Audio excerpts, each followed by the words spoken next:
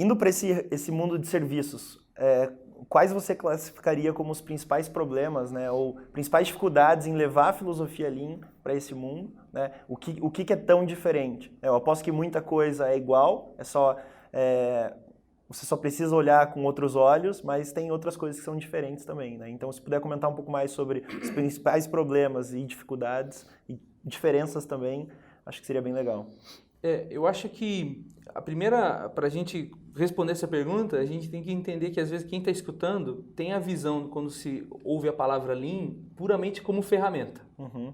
Então o cara fala assim, vou implementar o Lean. O cara já imagina a ferramenta funcionando, um quadro, uma planilha, né? Uma metodologia de fato sendo implementada. E o Lean é isso, mas também tem uma parte cultural, né? Então, acho que a cultural, se a gente for dividir, a cultural não tem distinção, não deveria ter, né? Uhum. É o mesmo princípio, aquela história de você enxergar o que agrega e o que não agrega valor, e dentro do que não agrega valor, o que eu tenho que eliminar, porque não agrega valor e não é necessário, e o que agrega valor, mas é necessário, como eu posso reduzir. Então, partindo dessa filosofia simples, em qualquer lugar eu posso colocar isso em prática. Mas é na parte da ferramenta e das ferramentas que você acaba criando essa grande diferença. E como a maioria das pessoas gosta de materializar as coisas, e as ferramentas são a materialização dessas filosofias, como algumas ferramentas podem não vir a funcionar, ou precisam de adaptação, aí nasce a dúvida. E as pessoas começam a dizer, será que isso funciona mesmo em serviços? O principal desafio é que dentro de um processo industrial, você vê o fluxo do material. O valor é o material, você consegue enxergar. E em serviço as coisas são invisíveis, né? Então, tomando como exemplo que eu comentei lá no passado, o cara foi começar a implementar o Lean, nem a gente falava de Lean Service, a gente falava de Lean Office ainda, né? O que ele fez primeiro? Ele não sabia o que fazer, ele foi, se o Lean começa com 5S, eu vou começar com 5S no Lean Office também. E daí começou-se a fazer 5S no escritório, e qual que é o foco? Reduzir a quantidade de trabalho, né? A estação de trabalho, demarcar fita azul em volta do teclado, escrito teclado, né? E daí, assim, como toda implementação tem resistência no começo, pessoas que não acreditam, tem aqueles que ficam na dúvida, mas fazem, e tem aqueles que se opõem, né? Quando que você tenta ganhar toda essa galera? Quando vem o resultado. Que resultado, eu te pergunto, tem você demarcar um teclado na mesa? Nenhum. Zero. Então é aí que começa as primeiras tentativas fracassadas e começa a criar, incutir na mente das pessoas que isso poderia não vir a funcionar em serviços. E um dos grandes pontos é você não enxergar o valor. Então, o Lean já diz assim, onde está o valor? Então, o valor de serviços não está na cadeira ou no teclado do cara. Está lá dentro do computador, está dentro de um software, dentro de um sistema. Né? Então, em vez de eu fazer 5S na estação de trabalho, eu não deveria fazer um 5S, por exemplo, na rede. E isso ainda não é o valor agregado, eu digo que isso é acessório. Mas e qual software você usa, de fato? Né? Qual ambiente de agregação de valor? O que de fato agrega valor naquele trabalho? Então, o Lean tem esse desafio dentro de service do intangível, do não observável. Né? Então, você entra num lugar de serviço, você vê centenas de pessoas nos computadores. Você consegue ver onde está o valor? Você não consegue ver. Na fábrica, você entra numa fábrica, você vê o carro passando e você começa a notar aquelas peças jogadas do lado.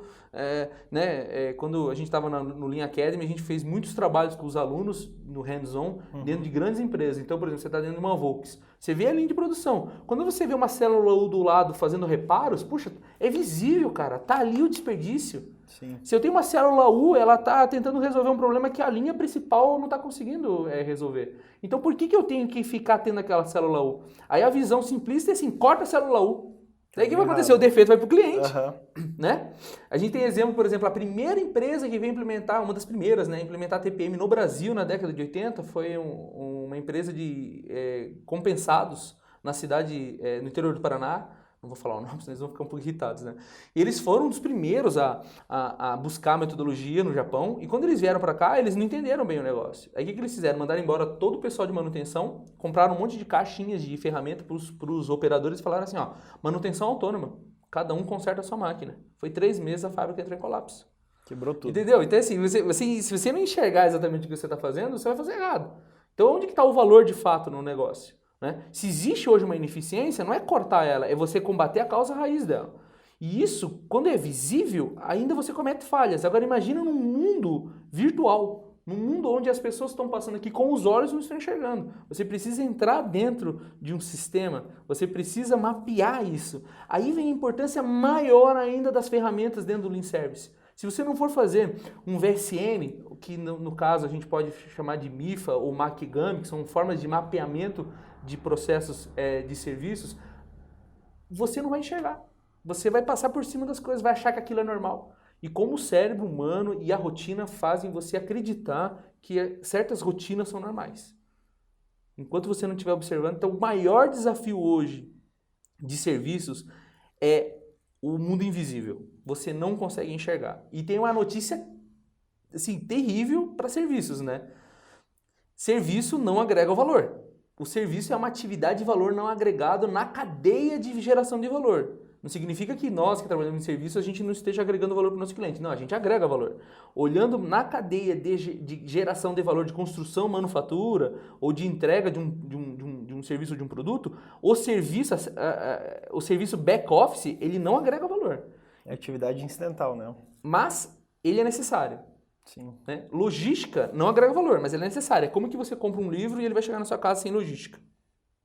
Tem gente pensando nisso. Um dia a gente chega lá. Uma impressora 3D, o Kindle da vida, né? Mas assim, enquanto a gente tiver que necessitar dessas atividades, elas precisam ser trabalhadas, elas não podem ser ocultadas, você não pode simplesmente ignorar. Senão você chega ao cúmulo, como a gente estava falando antes de a gente começar o nosso bate-papo aqui, né? Fábricas, por exemplo, da Reebok e da Nike que estão voltando para a Alemanha com 50 pessoas, onde antigamente tinha 1.000, e de repente um administrativo com 1.000 pessoas. Então ele tem 1.000 pessoas no administrativo da Nike e está produzindo tênis com 50.